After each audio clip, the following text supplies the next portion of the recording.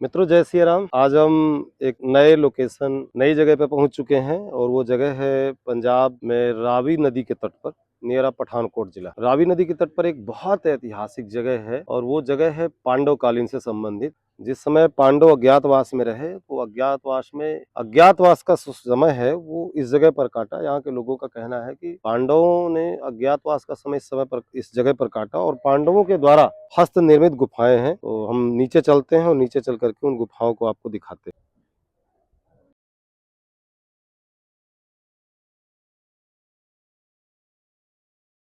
तो अब हम चलते हैं वहां पर जहाँ पर पांडव कालीन गुफाएं हैं। कुछ इनमें अमूलचूल बदलाव किया गया है, जो कि पहले जैसे थी वैसे तो अब नहीं है। प्रशासन के द्वारा कुछ निर्माण हुआ है। जैसे मैं लगभग 5 वर्ष पहले आया था तो कुछ यहाँ अलग था, आज कुछ अलग है।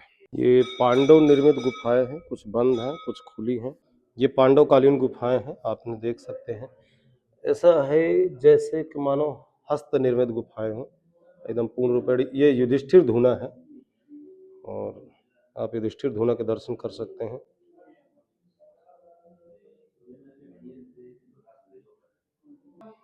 आज से लगभग 5,000 वर्ष पहले जब पांडवों का समय था, उस समय की गुफाएं और उस समय का ही हस्त निर्मित गजमुख।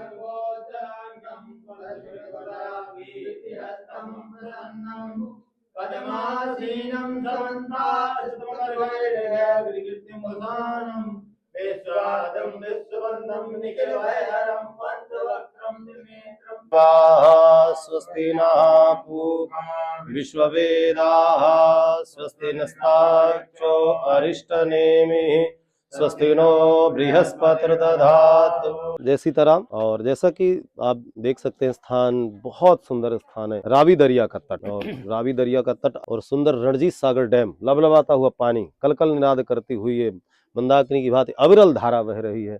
रावी रावी भगवान शंकर के चरणों से निकली, बहुत सुंदर। और हमारे आप उत्तर दिशा में देख सकते हैं कि इधर पांडव कालीन गुफाएं पांडवों के द्वारा हस्त निर्मित हैं। कुछ सरकार के द्वारा यहाँ निर्माण किया गया है और यहाँ पर सैलानी आते ही रहते हैं। नमस्कार। जैसे कि हम लोग पहुंच चुके हैं गढ़मुक्तेश्वर धाम और गढ़मुक्तेश्वर धाम के जो महंत जी हैं पूज्य महाराज जी से, तो हम महाराज जी से यहाँ इस गढ़मुक्तेश्वर धाम पांडव गुफाओं के विषय में जानकारी लेंगे। श्री सीताराम। जय सीताराम जी। महाराज जी, आप गढ़मुक्तेश्वर धाम ये जो स्थान है इसके इतिहास के विषय में आप कुछ बताएं। बोल शंकर भगवान की जय। आज से 5,500 साल पहले द्वापर युग में 5 पांडव यहाँ आए थे। उन्होंने 5 गुफाओं का निर्माण किया। पहली गुफा ये है धर्मराज युधिष्ठिर की गद्दी, पांडव के बड़े भाई की। मेरे पीछे द्रौपदी माता की रसोई है और सामने मंदिर है। आप घूम के देख लो, ये 9 टिक्के लगे हैं, ये नवदुर्गा की मूर्तियां हैं। नंदी महाराज जी हैं, भैरव जी हैं, कमला मैया है। ये सब पांडवों द्वारा है। इस नदी का नाम है रावी नदी। शिव जी के चरणों से आती है मणिमहेश में। यहाँ पर अस्थियां वगैरह छोड़ी जाती हैं, पिंडदान किए जाते हैं, गौहत्या स्नान करते हैं और बाकी सभी तिथियों पर जो है श्राद्ध पिंडदान वगैरह होते हैं। और 2 गुफा बाहर हैं। आप गेट बाहर जाने से पहले जाओगे तो बाएं हाथ में सीमेंट की पौड़ियां आएंगी। उस पौड़ियों में बाहर लिखा होगा ध्यान कक्ष। ध्यान कक्ष के जब अंदर जाओगे तो छत में देखना, छत में श्री यंत्र बना हुआ है, वो भीमसेन की गुफा है। साथ में दूसरी गुफा उपासना कक्ष वर्जन गुफा है, उसमें छोटा सा शिवलिंग है। और 2 गुफा जो थी इस पहाड़ के पीछे रावी नदी के मलबे के पीछे दब चुकी है। रणजीत डैम जब डैम का काम चला था तो मलबे में ढक चुकी है। और बाकी हमारे यहाँ के लोकली ही चेयरमैन जी हैं, अपने भीमसेन जी हैं। जय सीताराम। और जैसा कि आप देख सकते हैं, स्थान बहुत सुंदर स्थान है। रावी दरिया का तट और रावी दरिया का तट और सुंदर रणजीत सागर डैम, लबलबाता हुआ पानी, कलकल निनाद करती हुई ये मंदाकिनी की भांति अविरल धारा बह रही है। रावी भगवान शंकर के चरणों से निकली, बहुत सुंदर। और हमारे आप उत्तर दिशा में देख सकते हैं कि इधर पांडव कालीन गुफाएं पांडवों के द्वारा हस्त निर्मित हैं। कुछ सरकार के द्वारा यहाँ निर्माण किया गया है और यहाँ पर सैलानी आते ही रहते हैं।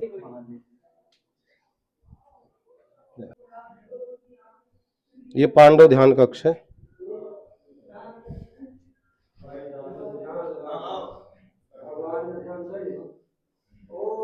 ये हस्त निर्मित गुफाएं हैं भैया, देख लीजिए, वही वो निर्माण।